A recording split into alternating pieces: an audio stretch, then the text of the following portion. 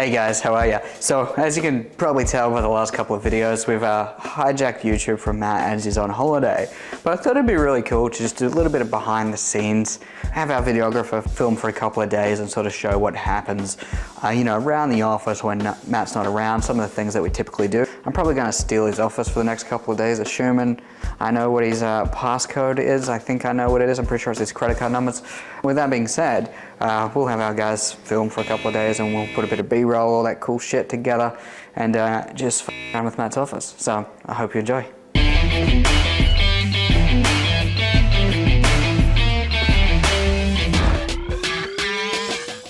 Guess it must be the other credit card. Not enter. Yeah, Ryder. Alright, let's see what we got here to play around with. Okay. Gotta start by setting his desk up at like a reasonable height, at least for me to be able to use. I've dead set been looking for these scissors for a good week. Of course. Loves these cards. I don't know. Hey guys, so all jokes aside, after we troll each other quite a bit because it's fun. But in all seriousness, there's actually like a lot that happens and goes on behind the scenes.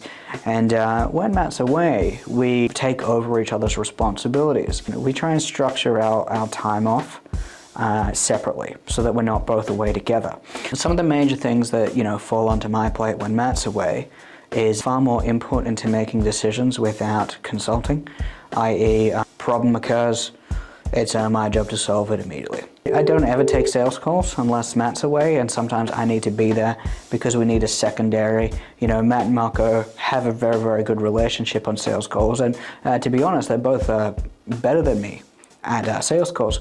However, when either Matt or Marco is away, I typically step in to be that secondary point of contact, and I usually as well negotiate a lot of the deals that come to us, go back and forth with potential clients to work out the details and the deals, negotiate on amounts, negotiate on what we're willing to give up, what they're willing to give up to make a deal work, as well as, a lot of things around our financing, contracts, hiring, firing employees, clients, I should say.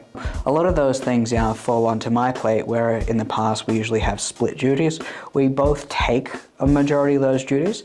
They usually just split up evenly depending on who has time and which of us have the better relationship with that particular client. So one of the biggest difficulties is replacing the intricate knowledge of specific things that Matt has built up relationship-wise that I now need to come in, step in, take some of those meetings that he currently can't be on, and just come in and be able to bullshit my way through it without all of the detail.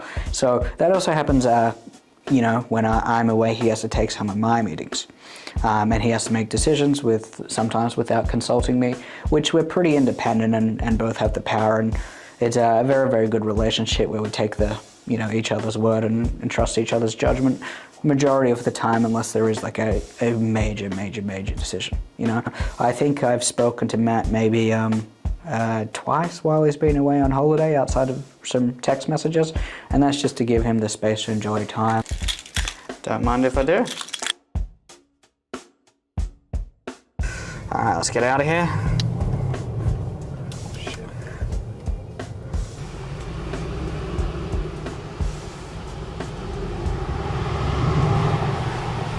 Oh shit! Cut it! Let's get out of here!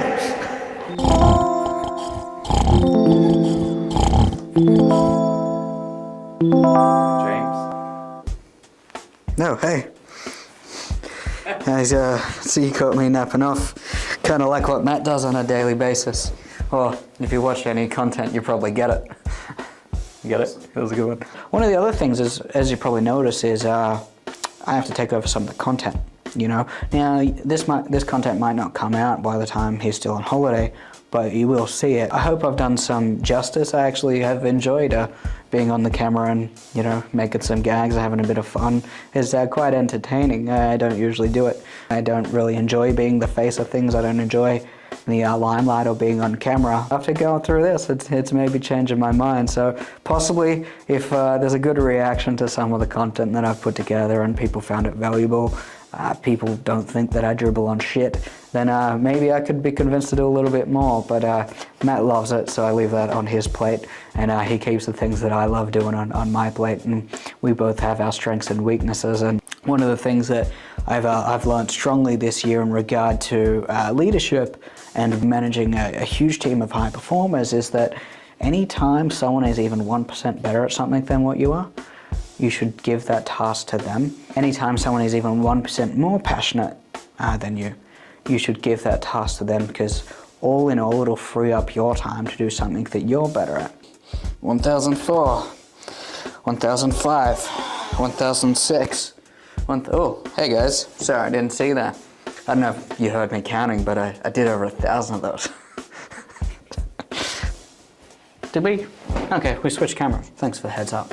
So anyway, as I was saying, like if you've got a business partner or managing employees that are going away, some of the key tips, so you actually get some value from this video that I've found, is you need to systematically structure your business that allows the time off. Structure your sales team that everybody is about 80% full most of the time.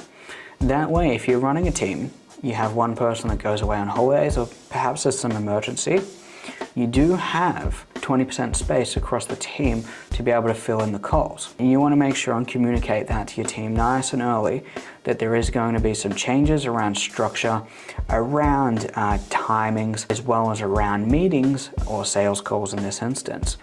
And have prepared a plan. As an example, we had our team, Ben Moon, our COO, meticulously put time in my calendar in advance to have shooting blocks for content and assign some of my tasks that were taking up a huge amount of time to other people on the team so that we wouldn't have any disruption to the content coming out. We've also pre-filmed a lot of our content with Matt, so it's not just me, a big switch up from 100% Matt to myself and organizing things like that. What I just mentioned there with the content type stuff, you want to do that with your sales team.